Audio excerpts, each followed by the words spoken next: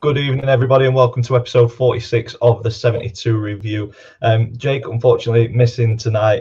His missus is not feeling too well with the pregnancy, so we send our best wishes to them. So he's playing nurse and taking care of her, which he should do, I think, rather than coming on here and complaining about Chef Wednesday.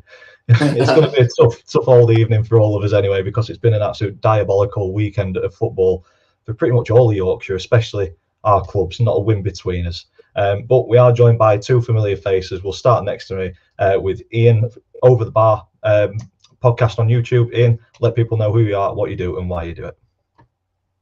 Me, I'm Ian. I'm a 61-year-old Rotherham season ticket holder. And when the Millers are away, I'm up around the country vlogging for Over the Bar YouTube channel. I mean, I wouldn't want to watch Rotherham away at the moment because every away game that we have, it's just surrender. It's if Rotherham are away, put them down on your racket because you won't fail. They'll lose. Yeah. That's a confident start from Ian. Yeah. And below me, we've got Lee from Around the Grounds. Let people know who you are, what you do, and why you do it, mate. Yeah, I'm Lee, Around the Grounds, YouTube. Just getting round to football matches when I'm not supporting my team, Sheffield Wednesday. Dark times at the moment, being a Wednesday fan. I just want to pay tribute to Wednesday fans before we start. Dan, who sadly passed away this past week. Liam Rogers, massive Wednesday fan, and then sad news today, little Jude Mellon Jameson, who's sadly lost his battle with cancer. So yes, just tribute to the two Wednesday fans. Yeah, we had tributes last week. It just seems like there's so many people that we're losing at the minute, isn't it? It's it's hard. Did Jude have similar to Tommy Spurs lad, Rio? He did, yeah. Bloody hell. I think Rio's okay at the minute. Last time I read, but yeah, it's far too young, mate, isn't it, to lose somebody? It is, yeah. It breaks your heart. Yeah. Sad times. We've got, as always, please get your comments in the chat. It does drive conversation. We've got Burton in there. Good evening. Neil's popped in. Evening all. Good evening, Neil. Lewis as well. Evening, lads. Good evening, Lewis. So if you are new to this, we go through all three leagues. We just grab a couple of games, talk through them. Obviously, we'll spend a little bit more time on our own clubs. We have? Sydney spot on another gloomy weekend. Even Bradford, just Yorkshire in general, are very poor at football at the minute. Yeah, I think, did we have 2 wins and a draw maybe across all of Yorkshire? Middlesbrough won, who still baffles me that they're part of Yorkshire, but they are North Yorkshire. Hull got 1-1. Harrogate beat MK, and I think that might have been it. Yeah, I think that were it, yeah. Yeah, so poor form from Yorkshire football this weekend. So we will get started on League One. I moved over there. Get on to League One. Pop that in. So as always, with League One, none of us follow it particularly closely. We follow lower league football, but we'll always put out a plug for Ben Knackman, Cod's Vlogs. He does a League One roundup. That's at 8 o'clock on his channel. We do recommend you go over to him and watch that if you want a deeper dive on League One. But Ian, we'll start with you, mate. Is there any League One fixtures that kind of jumped out to you this weekend? Just that Pompey are looking the real deal. I mean, they're flattered to deceive for a good few seasons now, but they are really pulling the results out. I saw them last week take Barnsley apart in the first half and were 3-0 up after 10 minutes, well, quarter of an hour. But they do look the real deal. And Paddy Lane is just, he's a cheat code for League One at the moment. He had a fantastic game at Barnsley. Scored, I'm not sure if he scored midweek. I'm not 100% certain, but he scored again yesterday. And that was a good win on against the Wigan side that was strong at home. So I think 4-0 written all over it. Might be looking at championship club next season. Yeah, and like you say, they flirted with it for season after season. I think we mentioned it last week that generally up to Christmas they'll perform really, really well. get a lot of points on the board, and then they'll start to drop off a little bit. I can't see it happening at the minute. I think they're grinding results out. They seem to be performing pretty well. I mean, the shots, 16 shots at goal, 5 on target, more of the for an away team. Yeah, for away team, that's good. Yeah, they just look the real deal. Yeah, I mean, obviously there's a lot of the season still to go for the wheels to fall off, but I just can't see it happening. They look very strong. Yeah, they do indeed. Great content creator Tom as well. I enjoy his stuff, so it'd be nice to see him in the Championship and see what Pompey can do up there. A result that jumped out for me, once I can find it, Stevenage against Oxford, probably the game of the day in League One in terms of positions for both teams. I think Steve Evans and Stevenage and the Stevenage fans will be really happy with the start that they've made this season to League One, the first season back in League One. I think they're currently at the highest ever position that they've been. Obviously, I think they've kind of flirted. Have they been top this season? Maybe. Yeah, I think they have. Yes, I think they have. Yeah, so I don't think they've ever been in the Championship, so they're performing particularly well this season. But Oxford, for me, over the last couple of seasons, have probably fell short in terms of people's expectations. And I think this season it just seems to have clicked. Something's happened where they just seem to be getting results, performing really well. And this ended up leapfrogging them above Stevenage and into second, 1 point away from top spot, I believe. Yeah, and that Greg Lee that scored twice is a left wing back. I think it was first real test for Oxford, wasn't it? I'm quite curious to see how this one played out, because Stevenage have proven to be a force this year, so Oxford have come through this, and I think the fans will be quite pleased that they're going to be in the mix this year, certainly. Yeah, definitely. Like you say, it was probably one of the harder tests going to Stevenage under Steve Evans. It's always tough to go there and get a result and to come away with 3 points, 3 goals away from home. It's a good day at the office, isn't it? It certainly is. And they've also got a game in hand. Yeah. Any games jump out for you, Lee? I think Barnsley losing to Blackpool. Obviously, Blackpool, it's that man Jordan Rhodes again. He seems to hit a bit of form. Jake had been smashing the klaxon button. Yeah, but no, he's it's a little bit worrying for Barnsley, though. I mean, 13 shots and none of them on target. So Blackpool's keeper must have had a day off. Well, it was a definite penalty. If you see the incident, he flattened him just inside the area. And Jordan Rose just did what Jordan Rose does. He's quite a good replacement for Jerry Yates, actually, at Blackpool. A target man and a goal scorer. Yeah, especially in League One, he's definitely going to score goals, isn't he? Yeah, we are to doubt. But Barnsley's form's starting to get a little bit worrying. They had that win at Northampton, but they had that win at Northampton, but they've lost 2 home games on the trot now, which isn't good. Yeah, you want to be winning your home games, or at least drawing them, don't you? So like I say, form's a bit inconsistent. After a positive start to the season for Barnsley, we questioned if they'd have a bit of a hangover from the playoff final, but they didn't seem to. But yeah, a bit of inconsistency creeping in for them. You probably want to be still very early days, isn't it? Yeah, it is. You probably want to be turning some of these defeats into draws, wouldn't you? If you've got real kind of expectations of reaching playoffs. Yeah, we are. Yeah. Let's have a quick look at the full table before we move on to the Championship, and I'm sure it'll be a deep dive into both Sheffield Wednesday and Rotherham, because there's been stuff happening all week, especially at Sheffield Wednesday, and I think Lee's probably ready for blowing his top. So we will go through the table and then move on to the Championship. Cheltenham. Cheltenham still haven't scored. Yeah, it could be worse, Lee. You could be a Cheltenham fan. There's always somebody worse off. Good appointment this week, though, isn't it? I think, is it Cheltenham? New manager.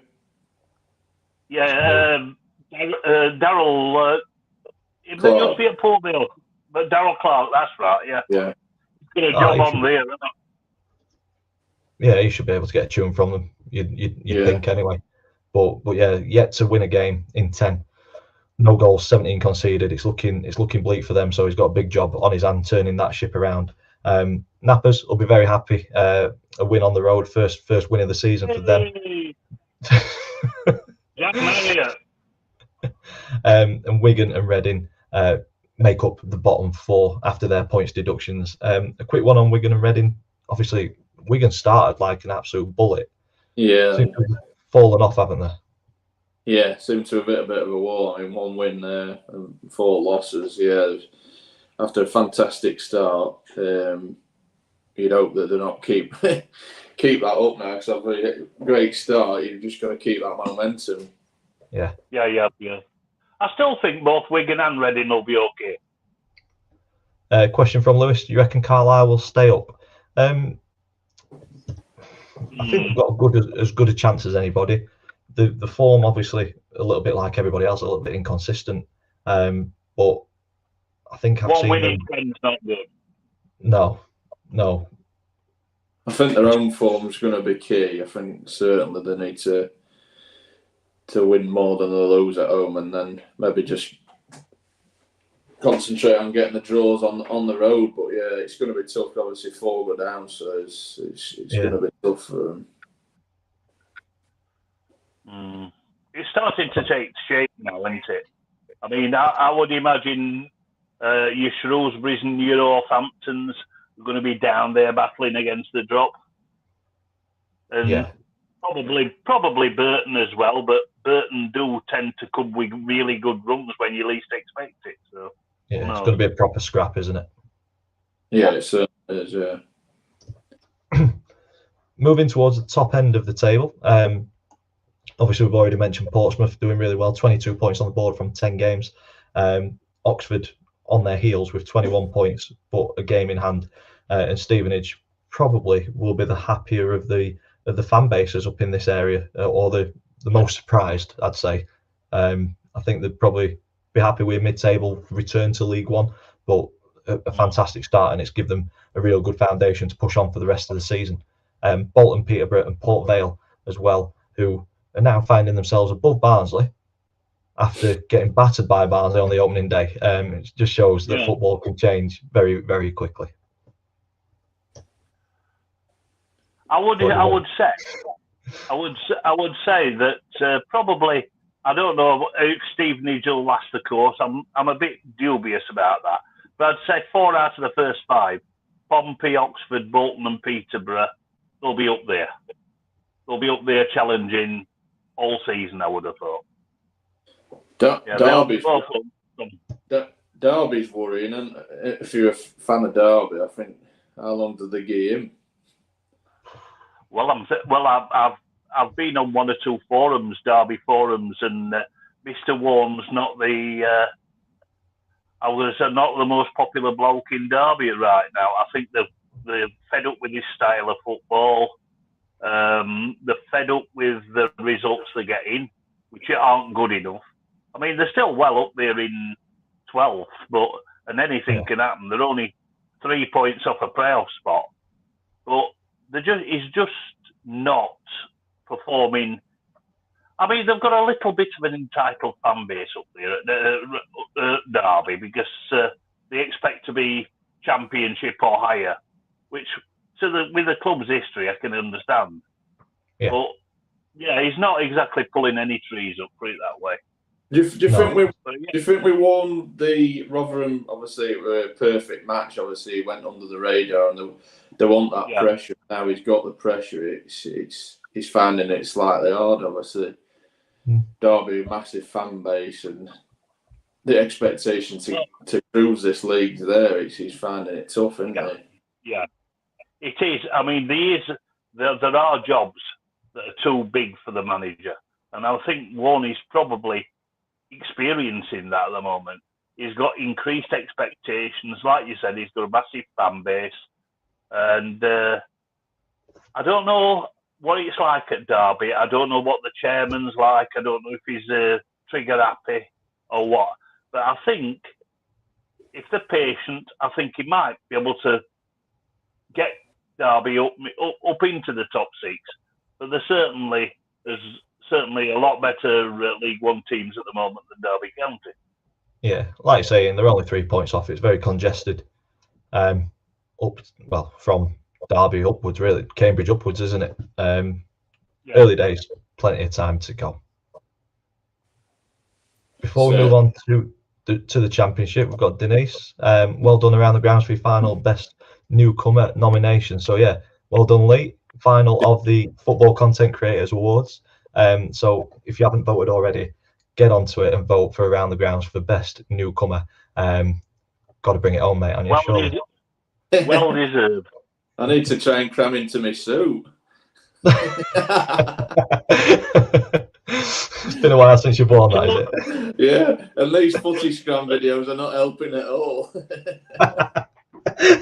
Hey, I told you what to. I tell you what to do when you're down there. So you really need a gum shield and not much else. You know what I mean? Okay, moving on to the championship. Lee, get us started on what has been a crazy week in Sheffield. Try and sum it up for us. It's mind's blown. Try and put it all into a nutshell. Yeah, always going to be a tough ask. Sunderland are on a bit of a roll. Obviously, a poor result for them last week at Cardiff, but speaking to the fans, it were just a smash and grab. So it was always going to be a tough ask. And Chansiri didn't help pre-match with his little ridiculous statement yet again.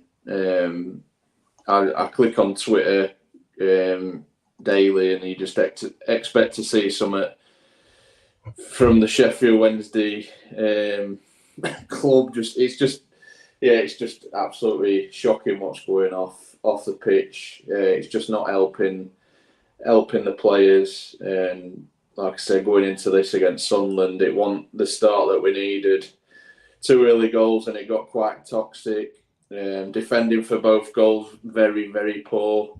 Free header, quite easy for him to just nod it in and just no challenge. And then Jack Clark, you know what he's going to do. He's going to come inside and just unleash one. And it was a cracking finish, to be fair to him. But you've got to really get in his face and just at least make an effort. We've said it countless times.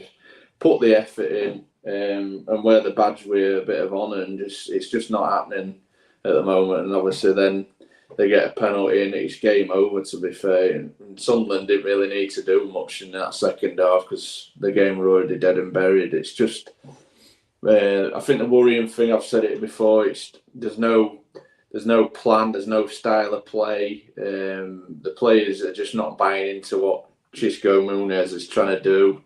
It's just lackluster, like I've said. Nothing. I've seen some bad Wednesday sides in my time, and this is up there for me.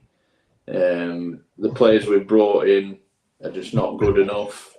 We've not improved on last year.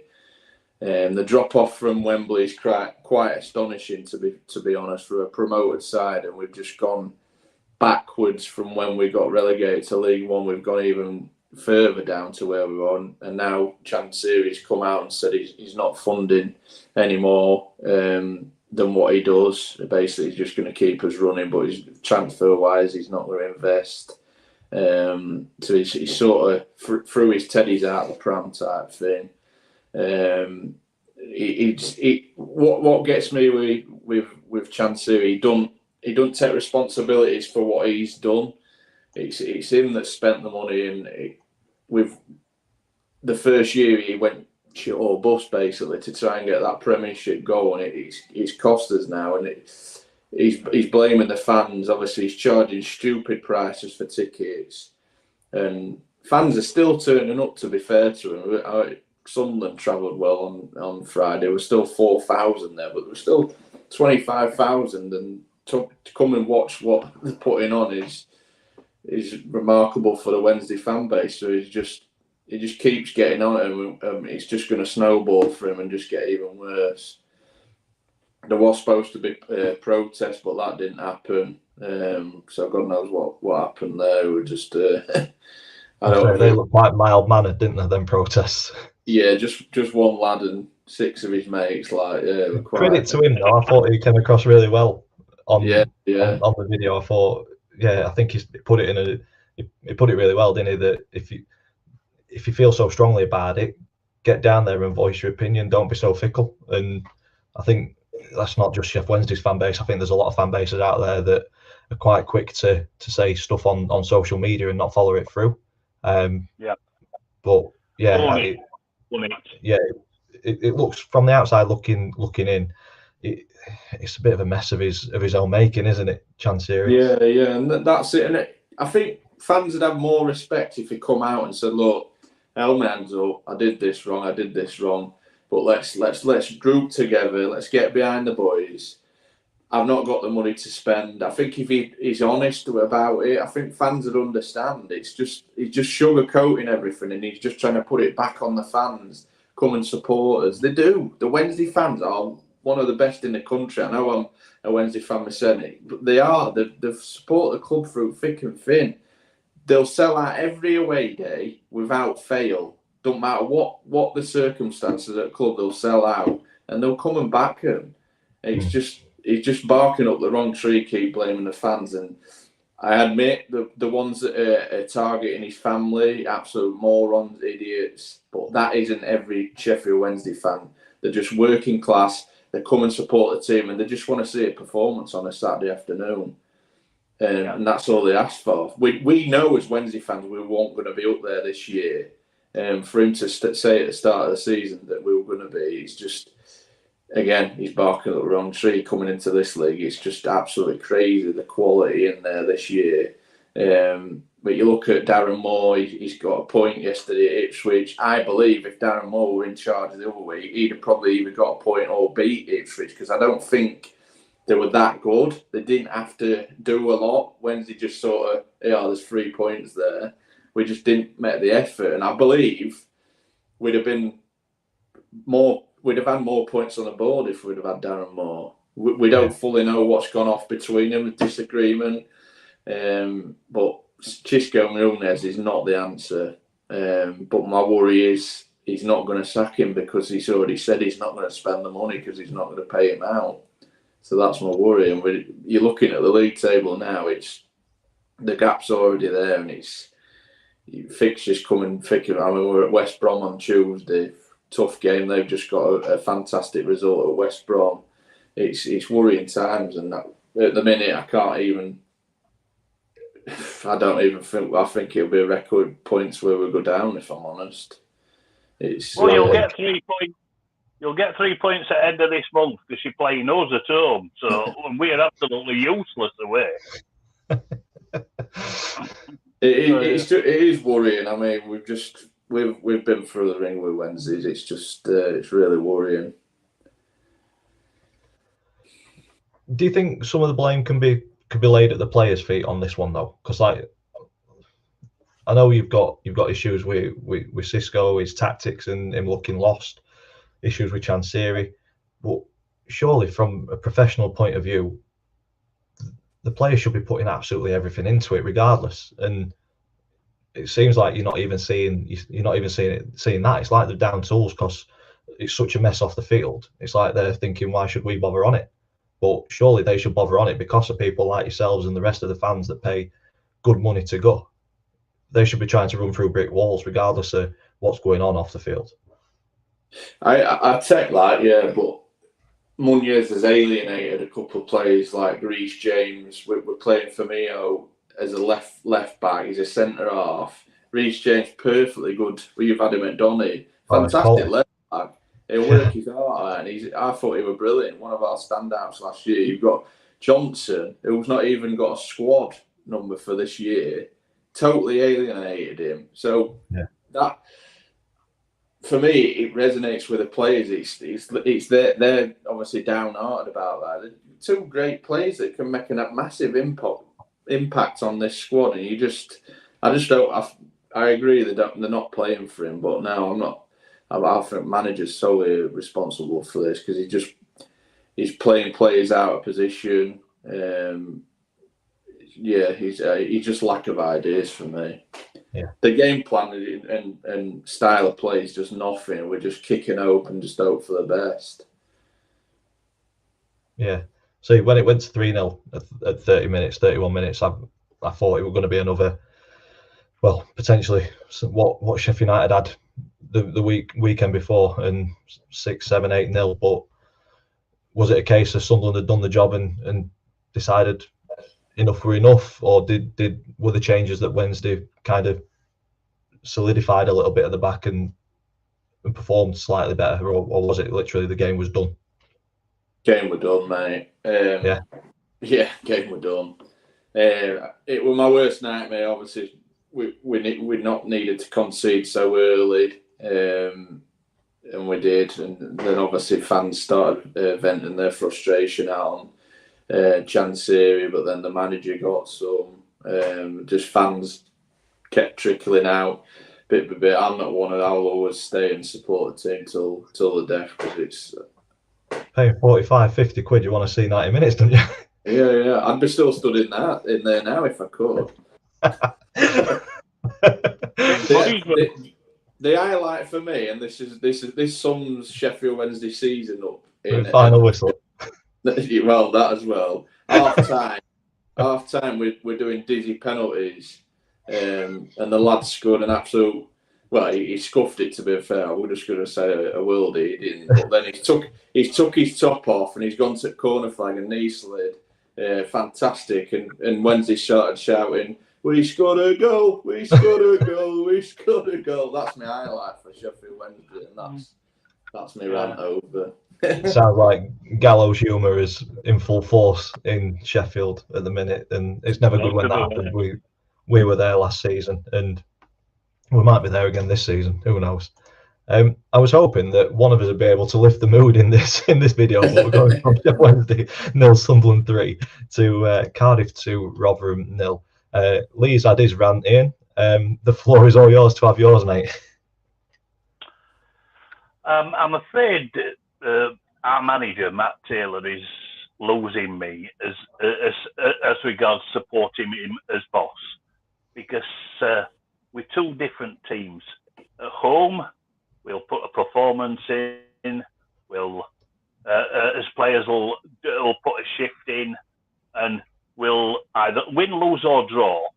We'll send the fans home fairly satisfied that we've actually put a performance in. And there's our home form isn't that bad. And at least, I mean, we gave Leicester a hell of a game before losing 2-1 with an 87th minute goal. We've drawn with Blackburn, we've drawn with Preston, and we've beaten Norwich, which isn't that bad for a club of our size. But away from home, we're a different kettle of fish altogether. Our manager seems to set up to try and get a 0-0 draw, and we always concede in the first half hour. And if we concede the first goal away from home, that's it, game over. Absolutely game over. We just don't seem to put up a fight, and it's very, very disappointing. Can you hear me all right, by the way? Yeah, you're good. Oh, it's all right. I keep getting some things in background. Yeah, so it's very disappointing.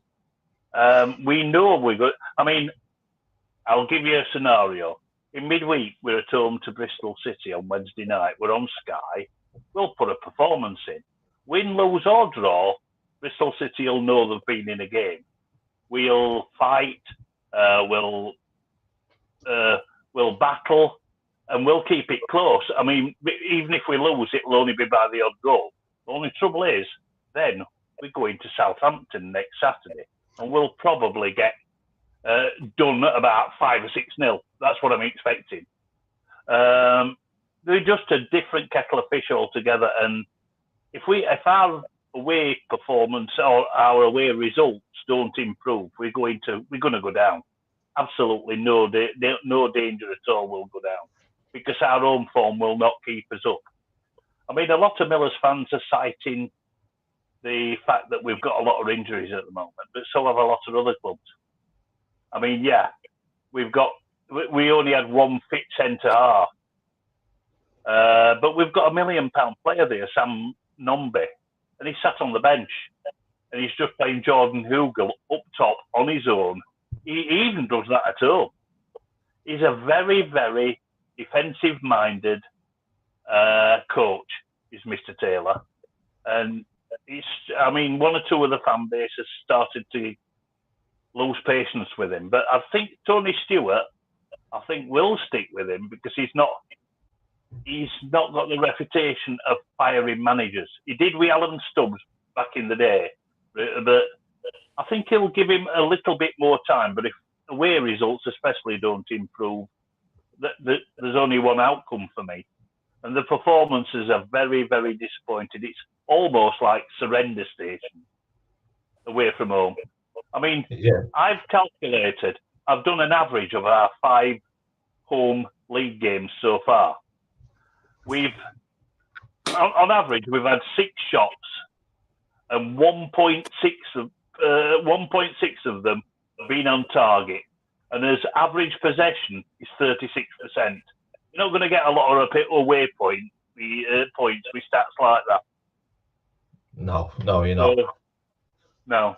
So, yeah, a little bit disappointed, to say the least.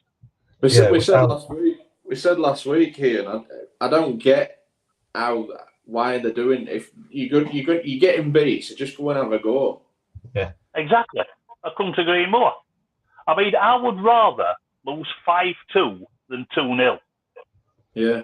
You know what I mean? At least, I said to Dan beforehand. I know he's disappointed that his Rovers side lost, but at least they gave it a go and got a couple of goals. And that's what I want to see from my team. But by the way, Cardiff are absolutely, what a season they're having already. I say we had them down for struggling and fighting drop, didn't we? And I think this pulled them into the playoff, if I'm right. Yeah. 4 wins on the bounce. Look at that. 4 wins on the trot, yeah. Well, one of them were a bye yesterday, but there you go.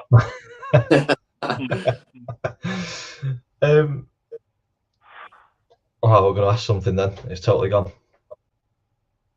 I was listening to this on Radio Sheffield. Me and Alice had gone out for a walk around Lady Bower yesterday, which was very nice. Better than kind of focusing on football. But yeah, listening to it on Radio Sheffield, and it just seemed like there was nothing, there was no intention of going forward. You were quite happy to just sit and play for a 0-0. And for me, whenever a team's playing for a 0-0, you're asking to get beat. It doesn't very often work out well. It happens a lot, Neil. Whenever a camera's on me, basically. The amount of texts I sometimes do, I'm like, just get your sense together, man. It's like, come on. Sorry, yeah, setting up for a 0-0 by the looks of it, which is, for me, setting up to get beat, isn't it? It's poor. Yeah. It's very poor. So, a couple of people have commented saying that, we've got Lewis probably going to have to rely on the home form this season if they want to stay up. You've already touched on it. You don't think the home... I don't think it's going to be enough. It's not going to be enough. We need 45 points to stay up. And to get 45 points from all your home games, you've got to virtually win every one. We just need some away results to even give ourselves a squeak. But I can't see that happening at the moment, especially with his tactics and his ethos. And he's come right out and said he's trying to address the away form by concentrating on defence. How's about having an attack now and again and having a shot?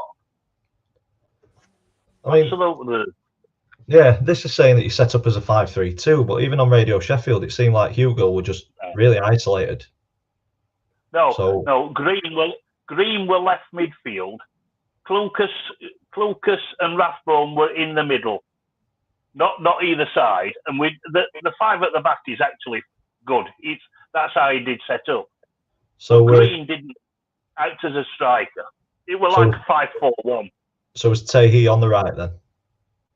No, Tehi's in the middle. Clucas left side, but left centre mid, and Rathbone right centre mid. But the 5 at the back is exactly right. And Green, I would say Tehi and Clucas were centre mid, and Green were left centre mid. Oh, Rathbone. Left, Yeah. I'm with you. Hugo were on his own up front. Yeah. I got flashbacks of Mike Bassett there. It's the Christmas tree for me. Yeah. So I think that's enough depressing talk about Sheff Wednesday and Rotherham. Yeah. Any results jump out for you guys? I mean, ATID's in the chat. I think we'll go Hull Plymouth next. I will quickly scroll up and try and find his message. It was quite a while ago. Decent point, that's an Argyle. Very decent point. Here we go. So he said a solid point on the road for us, as should have made it 2-0 before yet another defensive catastrophe from Argyle gifted Hull one of the easiest goals they'll score all season. Plymouth are impressing me this season, they really are. ATIDs also wanted to give a shout out to the poor people on Coach 1. Broke down in Sheffield, had to wait 4 hours for a replacement coach. The replacement coach broke down in Bristol, and they had to wait 3 hours for a new coach. They got back at 10 this morning. That is some away. Don't forget that in a hurry, will they? No, that's a story to tell over and over again. But a word on Hull. Obviously, Liam Rosenior seems to have them playing an attractive style of football. They're getting plenty of possession, plenty of shots off. Yeah, they might have scored an easy goal from a defensive lapse in concentration, but I think Hull are probably one of the surprise packages this season for me. But Plymouth as well started well, and this is what confuses me with Sheff Wednesday this season. You've got Ipswich and Plymouth who have just kind of ridden that crest of the wave from promotion from League One, whereas Sheff Wednesday, they just seem to have put a sea wall in front of that wave and just gone, we're done. And yeah, I don't get why or how Plymouth and Ipswich, I know they didn't go through playoffs, but they just seem to have built a squad that was too good for League One, but very capable at Championship level. Sheff Wednesday were too good for League One last season, in fairness, with the points tally that you got. It's just gone south, hasn't it? Yeah, it certainly has, and there's only one man to blame for that. Because, like I say, if we'd have kept more, we'd have been far better than what we have been this season. We'd have had more fight, and I think we'd have been hard to beat Hillsborough because more Meadows that way. But yeah, we've just gone backwards. Honest to God, it's just embarrassing, Dano. Yeah, it must be frustrating seeing Plymouth and Ipswich making them strides forward, like you say, and you guys have gone backwards. It's like what might have been. Yeah, exactly, mate. Yeah, and that's what makes it worse. Yeah. Sorry. ATID said that Hull were class. We matched them. Happy bunny. So yeah, good result for them on the road. I think they'd take that. I'm seriously impressed on Rosenior, though. I think he speaks so well. Heard him on Talk Sport this past week. I think if he were a manager of my club, I'd be well impressed because, like I say, he talks a good game and he's improved all massively. Like I say, I watched him against Coventry and they moved the ball well, and yeah, they'll be certainly top half, certainly. Yeah. Lewis, you'd have more points. Like it. Any other Championship results that jump out to you guys before we move on to League Two? Well, speaking of more, look at Huddersfield with a big point against Ipswich, and what we talked about the week. Yeah. We'd have probably got a point, if not more. It's a late equaliser, but yeah, I think Moore will do well for Huddersfield. They'll give him a few years project, and he'll move them forward certainly. I'd agree with that. Late equaliser as well. So, I mean, you look at stats in Ipswich. It looks like they had plenty of the ball, plenty of shots, but not very useful with those shots. Whereas Huddersfield, 12 shots, 6 on target, decent return. It's a shame that they're not held on to that 3 points. But yeah, like I say, I think they've got a very good coach, a very good manager who will push them on to better things. Yeah. Ian, any result for you, mate, to talk through? We've got Nat in the chat as well. Yeah. Good evening, Nat. Hiya, Nat. Unbeaten Preston here, unbeaten no more. They got a right walloping by West Brom. Thumping, that I was surprised. Yeah, right thumping. And by the stats, it looks like West Brom deserved it. Isn't it funny our clubs run into form when they start playing or due to play our clubs? Yeah, it does. Yeah. I know. It's like Southampton. They'd lost 4 on the trot, and then they go beat Leeds 3-1. They've got us next week. Yeah. Yeah, it's almost like they know that Yorkshire teams are coming. Yeah. Well, yeah. Hats off to West Brom. That's a great performance. It is 4 different scorers as well. I think we have to say that Preston are currently they were the best team in terms of gaining points from losing positions as well.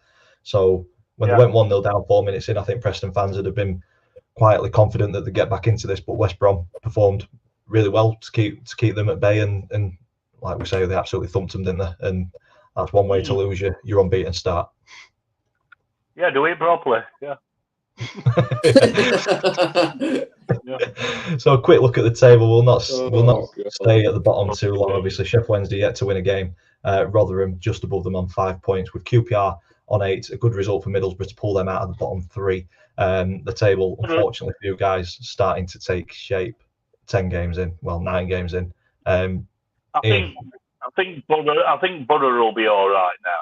I think they've started the clicking. They've got a couple of wins, and Carrick seems to be getting hold of what we're going wrong there. I think Middlesbrough climbed the table pretty swiftly, I would say now. Looking at that table, it looks even worse reading, doesn't it? With the clubs down there, obviously you've got Blackburn, you've got Watford, Middlesbrough. You're all expecting to kick on. I mean, even Swansea, you'd still expect them to kick on. It's dark reading. What do you reckon, Dan? Do you think we're doomed? I think you couldn't have asked for a worse start. I think the turmoil off field during the summer. I think you're right in terms of saying that Chansiri should have kept more. Obviously, we don't know everything that's gone on behind the scenes. We don't know what demands Darren Moore were asking for. Speaking from experience, for me, he obviously went from Donny to Chef Wednesday because he was getting a better paycheck. I don't begrudge anybody in getting more money for doing the same job. Anybody in any industry would go and do the same job for more money. If he has gone and asked for 4 times the salary or whatever it was in a 3-year deal, plus all his coaching staff getting the same, maybe his demands were too much, and that's what broke the relationship down. But sometimes I think you've got to look at what a coach and a manager gives to a club, and I think you've hit nail on head, mate, that losing Darren Moore has probably started this snowball, and it's just got worse and worse. And Cisco, his stats weren't great, were they? I mean, where's he been? Cypriot League? He got promotion with Watford, but I reckon the players maybe. I think foundations were already there. Yeah, exactly. Obviously, they've come down, and it just a case of getting them back up. But for me, I thought about this with Darren Moore. They were talking if he didn't get promotion, he would have been sacked anyway. He's got promotion, so maybe reward him. You were going to sack him, maybe reward him, and I don't know. It's just, it's an absolute S show at Hillsborough at the moment. Yeah. And the fans, it was a weird feeling around the ground. Not obviously with rumoured protests. It was just everyone knew what were coming Friday night type thing. So it's not a weird atmosphere. I've not seen Hillsborough like that for a very long time. There's usually that buzz pre-match. It wasn't there. And it is worrying. It's upsetting, to be fair, because you like to think we've got a League One, maybe we're coming back, but we need a massive reset, top to bottom, and it needs to happen sharpish. It needs to happen quickly, or it will be game over, won't it? Yeah, because it sounds very similar to what we were experiencing last year at the Eco Power. You put a word to it, Ian. I think apoplectic, is it? Yeah. I'm having a nightmare today with words. It's been a long old day. But was just nothing. Like you say, there was no buzz, there was no energy, excitement. It's just like people going to the game to go through the motions and expecting a defeat and kind of rolling over, and it's not a nice kind of. The word you're looking for, Dan, is apathy. Apathy. There we go. What is apoplectic? Is that angry? Apoplectic when you go mental at something. Which we had a bit of hope last season, to be fair. A bit like me and Lee have just done. Yeah. It was just apathy. There was nothing there, and it sounds like that's what's happening at Hillsborough this season, which is it's not a nice atmosphere to be in. No. I'm from Yorkshire. I need to use smaller words, I think. Moving to the top of the table, we talked about Leicester before we came live. They're a juggernaut, aren't they? Beat Blackburn 4-1 earlier today. Yeah. Can we see anybody stopping them? Are they this season, Burnley? I think they are. This season, Burnley. I can't see anybody stopping them. I mean, they've got the best midfield in the league. They've still got Jamie Vardy who's scoring it. The goal he got today was fantastic. A really brilliant finish. So Jamie Vardy's still got it. Yeah, yes. I just can't see anybody stopping. They're champions for me. And they'll recruit again in January. They'll just bolster the squad, and they're certainly going to be in there. I'm glad I backed them because I think two of them are doing all right. Well, I backed my pre-season title hopes. Just Derby at the minute that's letting me down, but yeah, definitely be in there. Yeah. Ipswich. And I think they've got the best. Yeah, I think Leicester have got the best midfield. With Dewsbury Hall, I mean, when they came to our place, he ran the game. Superb player. I think he'll be an international. I'd agree with that. Ipswich, great start for them. 2 points behind leaders Leicester, with Preston behind them. Sunderland, Hull, and Cardiff make up the top six. Norwich just outside on goal difference with that, and not good reading for Wednesday fans. West Brom currently chasing down the playoff pack after a 4-0 win. You've got them midweek, which should be an interesting one. Right, to lift the mood, let's go on to another defeat. Barrow 3, Doncaster Rovers 2. God, yeah. We're hurtling towards the hour mark, so we'll fly through League 2 and we'll do League 2 earlier next week, and spend a little bit more time on League 2. But unlike Rotherham and Wednesday, I think this one was just one of those games that didn't go our way. From reports, I'm hearing it was two poor teams in terms of performance. It wasn't a 5-goal thriller that you'd look at the scoreline and think that's a great game for the neutral. It's disappointing that our unbeaten run came to an end. Obviously, we're chasing the third win on the bounce in the league, 4 wins if you include all competitions. But we just gave ourselves a mountain to climb through poor defending, a free header at the back post on 12 minutes. The scorer of that last time he scored was against us last September, right back. So we just he likes playing us.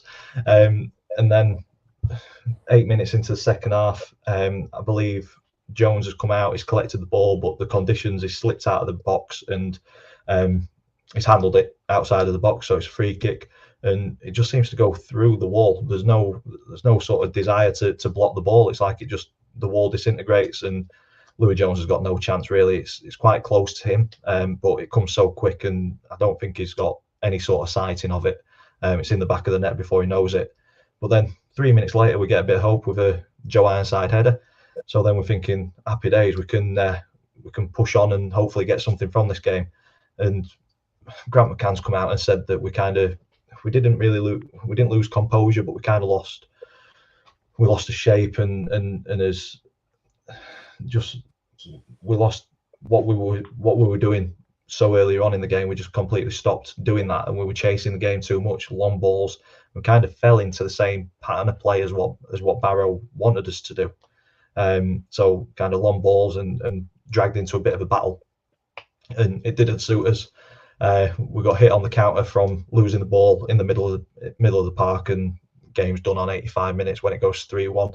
But then 90+3, a good ball in from Molineux, headed in by Fall, and then once again the hope comes, but final whistle came pretty quickly after that. Good thing is, like Wednesday in Rotherham, we've got a game on Tuesday, so we can hopefully put it right pretty quickly. But it's a tough game against Crawley, who I think we may end up talking about shortly. So one of those, like we've said, you'd sooner lose 3-2 and have give it a go than lose 3-0 and rolled over and had your bellies tickled. One frustration or one concern for me that's arisen is McCann's questioning the hunger to go out and score. This isn't the first time he's done that this season, about questioning. The good thing is he doesn't single anybody out. It's always we lose as a team or win as a team. But yeah, we just, the amount of times we're questioning kind of commitment or questioning desire to go out and take games to teams, it does concern me a little bit. But it's early days. I think this is going to be a real slow burner with Grant McCann at Donny. I think the expectation was that we're going to be up there fighting again. I've always had us as kind of stable mid-table this season. I still believe that we'll be there or thereabouts come the end of the season. I don't think the playoffs has got anything to really worry about in terms of Donny getting in there. I don't know if you guys agree with that or not. I think that probably, I think consistency will be an issue. But I quite like a manager that will criticise commitment of his players, because I think sometimes managers can be too defensive and too protective of the players. I think if a player needs or a group of players need a rollicking, they should get it, and they shouldn't get it publicly. I quite agree with that. So I wouldn't worry on that score, Dan. As far as Rovers are concerned, I still think they'll make top half. Probably not the playoffs, but I think they'll make top half. But it's consistency that's the issue. Yeah. I don't think they've got a lot to worry about, to be honest with you, as far as the bottom reaches of the table are concerned. Yeah, totally agree. And I think consistency is the main thing for Rovers. Just build now. So you've recruited in the summer. It's just going to be a work in progress. You're going to get results like this after a good one against Gillingham. We've touched on Championship being a tough league. I think this is equally as a tough league. I agree. Teams are taking points off each other, which we'll look at the results yesterday. It were one of them days, to be fair. Yeah, it weren't good for accumulators, were it? No. Oh, I got one up yesterday, so I'm quite happy. Yeah, I'm miles off. All right. Nice one. I did back Cardiff against Rotherham, Ian, so... Yeah, well, that would have given anyway. Yeah. Happy 45th birthday. Happy birthday, mate. Happy birthday, mate. In terms of us, though, I mean, you just mentioned, Lee, a good result against Gillingham. Looking at those two games, I would have been happy with 2 points. We've come out with 3. So we're 1 up from where I'd have been happy. So I can't grumble too much. It's disappointing to lose a game. I'd have loved to have taken 4 and kept the unbeaten run going. But it wasn't meant to be. Hopefully we can turn it around. I mean, we've got Crawley, then Stockport. With the way them two are going, I don't expect a point from them two. But then Sutton in a couple of weeks. So I think 3 points from the next 3 games would probably be realistic with our start. Anything more than that, I'd be buzzing. Any games that you guys want to... Crawley have been flying, haven't they? Crawley have been flying. But the only thing is, I don't think they travel that well. I think they're very, very good on their own park. So I think that gives Donny encouragement. I mean, coming all the way up from Sussex up on a Tuesday night to Doncaster, I mean, if they get a result, they'll have earned it. I think you'll stand a good chance of turning Crawley over. But as far as the season's concerned, and everybody had Crawley down as being non-league candidates, they've done absolutely brilliantly. Cracking start, haven't they? I mean, and they're scoring goals for fun at the moment as well. Yeah, I mean, I've done my preview this morning, and I think since they got beat 6-0 by Swindon 6 games ago, they've won 5, drawn 1, and they've not failed to score 3 goals or more in every single one of those games. So, yeah, it's a tough one coming up. I hope Louis Jones has had his Weetabix then. Need more than Weetabix, I think, to keep them down, keep them quiet. What's happened with Woody? Is he just out of favour? He picked up an injury. He didn't have the greatest starts to his time at Donny. There were a lot of individual errors, but I think the issue was we've recruited from National League, and it's taken them players a little bit of time to adjust to a higher level. I think the same could be said for Woody in terms of he's always played at like League One, at Championship level, and to drop down to League Two, I think I think you need a bit of time to adapt to the different style of play that you're going to be facing. So I don't know if the injury is worse than what they put out. I'm not sure if he was on the bench or not on Saturday. Yeah, I just wondered because I noticed I'd not seen him in starting lineup. No, he's not started for a couple of games, so we might see him on Tuesday. I think there'll be a bit of rotation, keep people fresh. Yeah, could be. Yeah, it'd be nice to have a squad big enough to rotate. To be honest. Yeah. Lee, any standout result for you? MK Dons have hit a wall massively. Although they've had a good effort here with 27 shots, but someone's just not clicking in front of goal, is it? And, no. Did you see the winner for Harrogate as well? I've not, no. So it's absolutely dreadful. The ball's come back to the keeper. The keeper's tried to clear it, and it's just the Harrogate. It's O'Hara, the defender, and just managed to just sneak in at the post. So the keeper's like just outside of the 18-yard box, and he's just gone to clear it, and it's just hit his own player and gone in back at net. You know it's not your day when stuff like that's happening. Yeah, you may as well pack up and go home, aren't you? Yeah. But yeah, like you say, they've just it's a bit of a patch after starting strongly, aren't they? Yeah, I thought they were going to go at this league like an house on fire, but yeah, really stuttered them. And look at that form: 2 draws and 3 losses. Obviously, they've played likes of Stockport in there, which are tough, and they've picked up. But yeah, it must be frustrating for MK Dons now after that start, certainly. Definitely. I mean, look at that. That's efficiency. 3 shots, 3 on target, and they didn't even score their own goal. Yeah.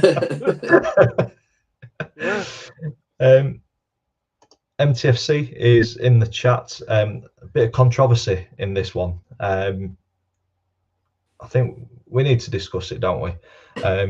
Obviously, the incident that I'm talking about, there's been so many questionable decisions over the weekend with VAR and officiating.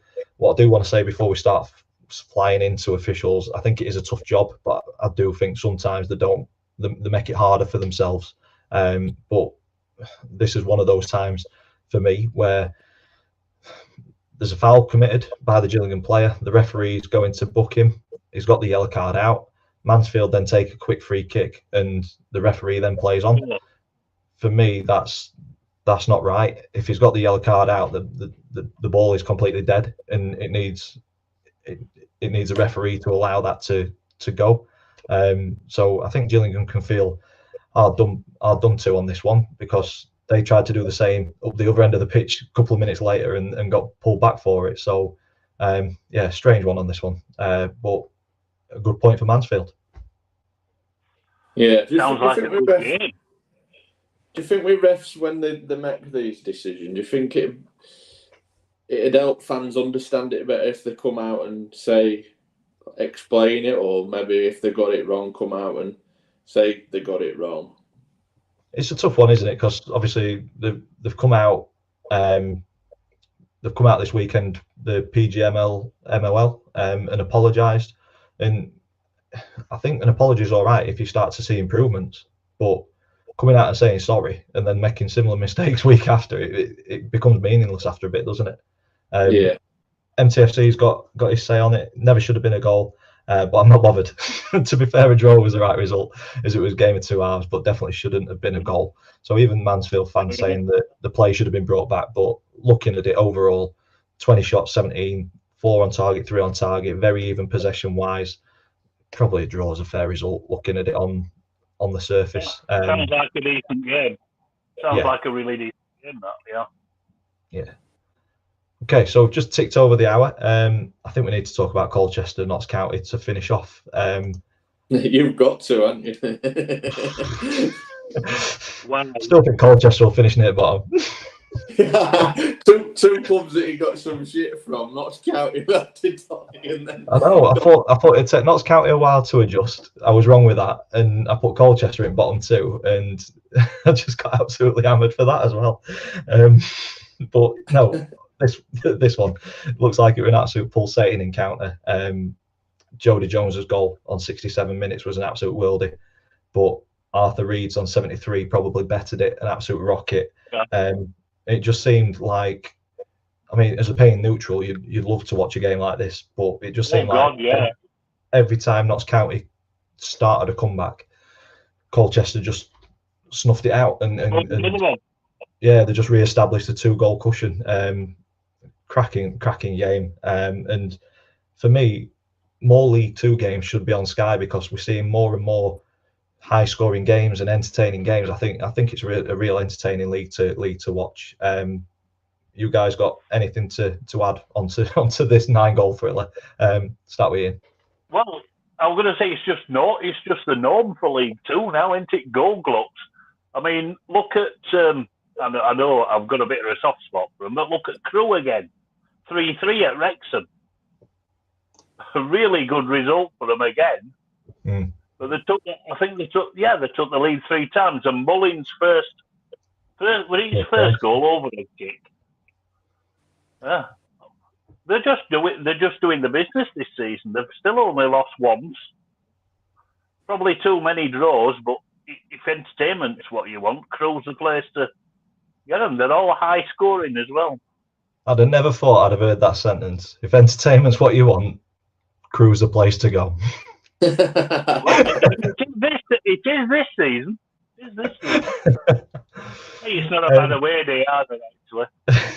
No, it's all right. Yeah. Thinking about it, we've got quite a few Bradford fans who join the chat every single week, so we should really touch on their result as well. Sorry, Bradford fans, but obviously Andy Cook coming back, that's a massive addition to you guys, or a massive returning player. But it just wasn't meant to be on the day for you guys. If Neil or Sid want to pop a few words into the chat. Oh, don't. Okay, we'll move on. A bad day at the office for Bradford. I think on that note, we will go to the table. It's not been a positive episode for us. Obviously, we've all lost this weekend. It's dragged us back into the mix a little bit down at the bottom. 21st, 8 points. Tranmere and Sutton looking like they're struggling with the form. Same with Forest Green as well. There's a lot of red in there. Luckily, we're only 10 games in, so there's time for us to turn this around, and I hope we do. I'm very surprised with Tranmere. Yeah, very surprised. I thought they'd have been in and around it. MTF's Carrow Road store has asked, will Mark Hughes be sacked? Neil says, if we don't win Tuesday, yes. So yeah, it's looking rough at Bradford as well. That's obviously just in Neil's opinion. But yeah, Notts County, great start to the season for them. Crawley absolutely ridiculing all of the pundits, all of the people, all the content creators, everybody who put them in the bottom 2, proving us all wrong, aren't they? Us lot, yeah. Mm-hmm. Yeah. And then Swindon, Gillingham, Mansfield, AFC Wimbledon, who are having a good start to the season. Didn't realise that they'd not won a home game for quite a while until they beat Tranmere 4-1 this weekend. So, yeah, strange to see them. Obviously, away form is great for them. And like you said, in Crewe, it's the place for entertainment this season. All of those draws, only one defeat, you'd take it, wouldn't you? Yeah, you would. Good start, that. Would indeed. I'd take 17 points from 10 games for our lot anyway. Yeah, me too. I think we all would. I think somebody has put, Burton, keep the faith, lads. I think that's what we've got to do. We've just got to keep the faith, obviously. 3 defeats. It's tough to talk about for over an hour, but we've managed. It's got it all off his chests again for this week, and then we'll just come and do it all again next time. It's like banging your head against a brick wall. After a while, it stops hurting. Yeah, you just become numb. Yeah. So to finish off the show, we will get the predictions on screen. Let's get that up to full screen. Championship predictions were pretty good last week. There's a lot of yellow and green on there. League One slipped down. Wasn't great, and League Two was even worse. So not great for us on that one. MTFC, you had a really good week. You pulled up to first. Neil dropped down to second, and then moving up, Bailey, Lee, Jake, and Liam. Moving down, myself and you, Ian. You dropped quite a distance this week.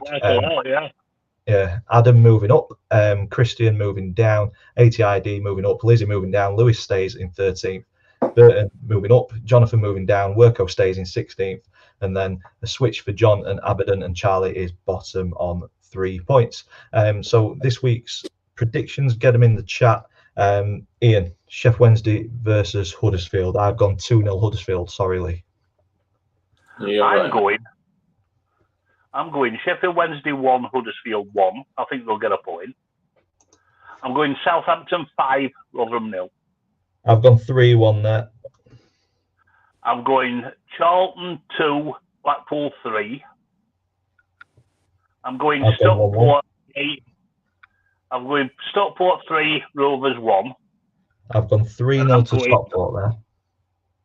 And I'm going Gillingham 2, MK 0. I've gone 2-1 on that one. It's as we all predictions, Lee. Wednesdays to lose 1-0. Yep. Southampton to win 3-0. Charlton 1-1.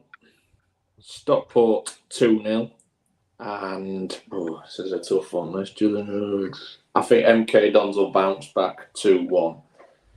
2-1. Lovely stuff. Get that out of the way. So yeah, please get your comments, your predictions in the chat if you're in it, and then I will get that table populated or pop it in the comments after the video's gone live. But yeah, this brings us to the end of the show. We managed to grumble on for an hour and 10 nearly about our clubs, but I feel a bit better. I don't know about you guys. So any final words? We'll start with you, Ian. Yeah, I suppose we'll keep supporting them no matter what happens. But these episodes where we've all lost are becoming a little bit too frequent. Yeah, they are. Yeah. Lovely stuff. Lee, any final words, mate? Yeah, I know we've had us rant about us clubs, Rotherham, Donage, Sheffield Wednesday, but thoughts with Scunthorpe United. Obviously, I was there yesterday. The football world is weird. Things can be a lot worse. They might not have a club to support. So, obviously, yeah, tough times with the results, supporting your club, but just get behind Scunthorpe United and just pray for them and hope things turn out in a positive way, because no football fans should lose the club that they support. It was quite emotional day yesterday. Yeah, spot on, mate. I think especially a community club like Scunny, they do a lot in and around the area. I think it'd be a travesty to lose a club like that, and I think a lot of people said it in your video. I mean, you mentioned it, rivalries aside. Obviously, Donny have got a big rivalry with Scunny. Wednesday have, Rotherham probably have as well. It's a local game. You need rivals. You need that. I mean, so you don't want to when you come to think about it, in 2017-18, we beat Scunny over 2 legs en route to promotion to the Championship in the League One playoff semi-final. And in 5 years, they've gone from that to near oblivion. It's awful. Scary, isn't it? It is, yeah. And it's just ownership. It's horrible, ego-driven maniac owners, basically. Yeah, that as well. And I think Premiership and the FA need to do more to support clubs like Scunny, and just it's a drop in the ocean what they could do to help them. It won't even affect a club, even if they all chipped in. There just needs to be more help or money filter down the leagues to the lower leagues and non-league, because it makes a massive impact on a club. And like I said, no fan should ever have to lose the club, because it's football and it's part of your life, and you go to your club and support them, and just meet your friends and family, just have a pint. It's a ritual to people. And massive, isn't it? Yeah. Talking to a few, and you could see they were getting quite emotional, and it was upsetting you. You try and put yourself in their shoes, and it'd break my heart if I ever come to lose the club that I've grew up to support. Even now. Yeah. even now, mate. But no, I think that's a good note to end on. Hopefully Scunny get out of the other side of it, and there is a team there for them to support, and hopefully we're all here next week talking more positively about our clubs too, with at least a point between us. That'd be nice, wouldn't it? If you've enjoyed this one, a goal would be nice. Oh, we've got a goal. Yeah, we'd take anything at this point. If we win any next show, I might do it in nude. You've heard it here first. Mr. Chansiri, if you're listening. He's already up for it. Before we all start kicking off, I think we cut it here. If you've enjoyed it and you're watching this on repeat, please stick a big thumbs up on it. Comments, get them in as well. I do read them throughout the week. Subscribe to Over the Bar and Around the Grounds, and also Punk Chef. He's not here today, but please subscribe to him as well if you haven't already. Subscribe to me, and also for me to say is thank you for watching, and we will see you in the next one.